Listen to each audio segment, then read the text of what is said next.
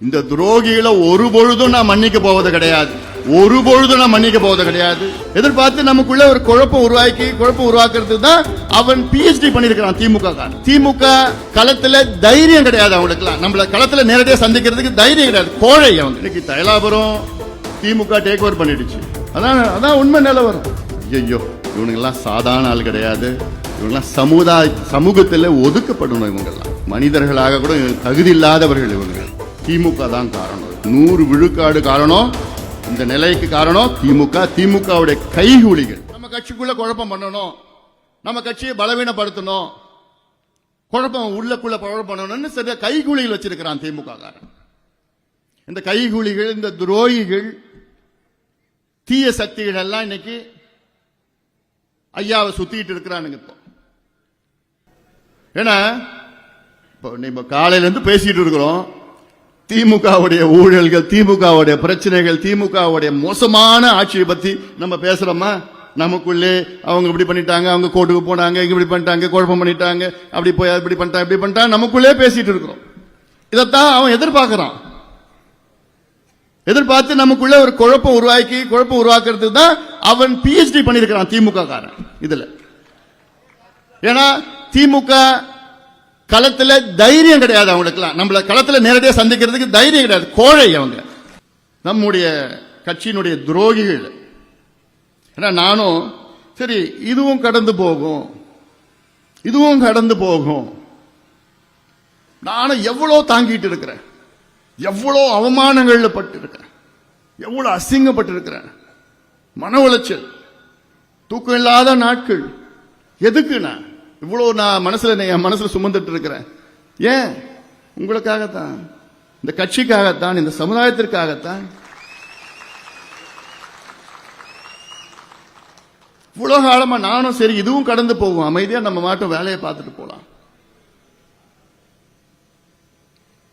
ஆனாலும் இன்னைக்கு ஐயா என்ன மாதிரி மனநிலையை வந்துட்டாரு, என்ன மாதிரி மனநிலையை கொண்டு வந்துட்டாங்க பார்த்துக்கீங்களா இந்த துரோகிகள்லாம். இந்த துரோகிகளை ஒரு பொழுதும் நான் மன்னிக்க போவது கிடையாது.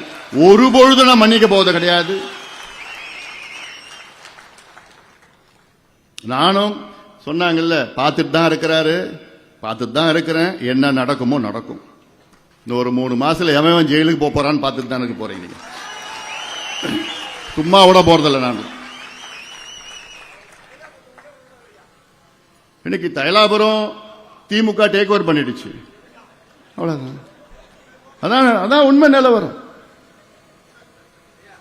ஐயா கிட்ட போயிட்டு பொய்ய சொல்லி தினமும் பொய்ய சொல்லி ஐயாவுக்கு இன்னைக்கு 87 வயசு ஆகுது. ஐயா இன்னைக்கு முதுமை வந்துடுச்சு. அது மாற்று கருத்து கிடையாது. ஐயா நான் அன்னைக்கே சொன்னேன், இதே மேடையில் சொன்னேன், ஐயா ஒரு குழந்தை மாதிரி ஆயிட்டாரு. என்ன நடக்குதுன்னு தெரியல, சுத்தி இருக்கிறது எதுவும் தெரியல. இவங்க சொல்ற பொய்ய தான் ஐயா நம்பிட்டு இருக்கிறார். சொன்னாங்க பாரு, டெல்லியில போய் மாபெரும் ஒரு போராட்டம் பண்ணானுங்க. மொத்தமா ஒரு 30 பேர் இருந்தானுங்க. ஐயாட்ட எவ்வளவு பேர் திரும்ப சொல்லியிருக்கிறாங்க? 3000 பேர்னு சொல்லியிருக்கிறாங்க. 3000 பேர் டெல்லியில போய் போராடணும். ஐயா அப்படியா, சூப்பர், நம்பிட்டு இருக்கிறார். ஐயா கிட்ட போய் யார் சொன்னார் உங்களுக்கு தெரியும்? இந்த துரோகி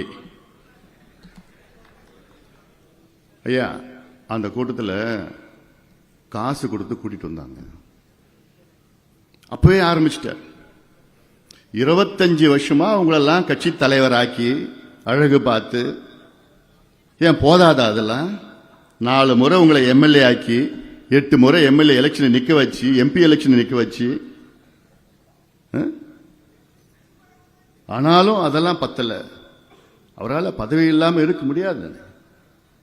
சூழ்ச்சி என்னைக்கு ஆரம்பிச்சாரு? அன்னைக்கு சொன்னாங்கல்ல, என்ன தலைவராக்கி அடுத்த நாளே சூழ்ச்சி. கொஞ்சம் கொஞ்சமா சொல்லி ஐயா உங்க படத்தை சின்னதா போட்டாங்க ஐயா, ஸ்டாம்ப் சைஸ்ல போட்டாங்க ஐயா. அவர் படத்தை இவ்வளவு பெருசா போட்டாங்க ஐயா. உடனே ஐயா என்ன பண்ண, ஒரு சர்க்குலர், GK மணி படம் தமிழ்நாடு ஃபுல்லா வரணும்.